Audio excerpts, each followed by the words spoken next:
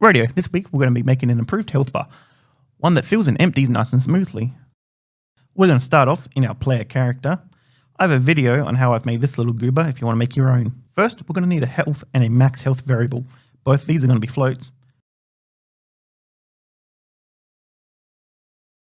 I'll make a custom event so that we can change the amount of health that we have. It's going to need an input of a float called damage amount, and if you ever need to inflict damage, you can just call on this event. The event will be simple, just subtract the damage from your current health and then set it. For demonstration purposes, I'm just going to plug this to the E key, and then we'll set the health. Next, we're going to need to set up a widget HUD.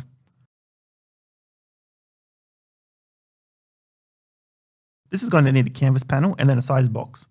I'll anchor these to the lower left, then I'll move it in by 50 on the X and negative 50 on the Y. I'll add a vertical box to this as well. This is so if we add more than one progress bar, they'll all be in line with each other.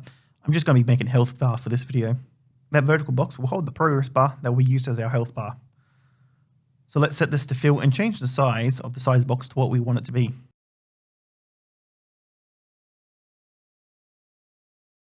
Now let's name it and create a binding for it.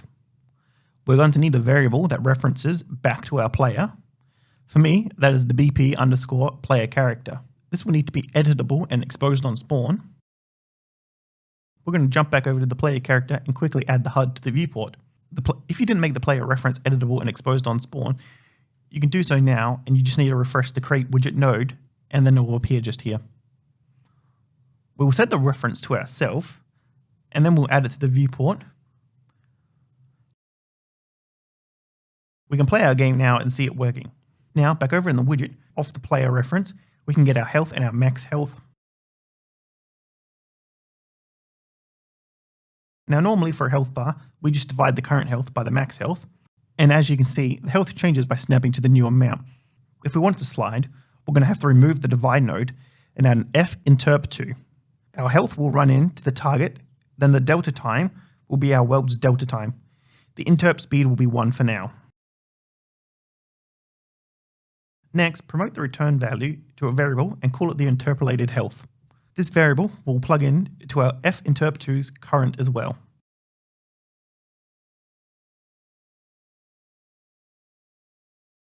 In order for the health bar to work correctly, we're going to need this to be in the 0 to 1 range. We're going to get this by using a map range clamp.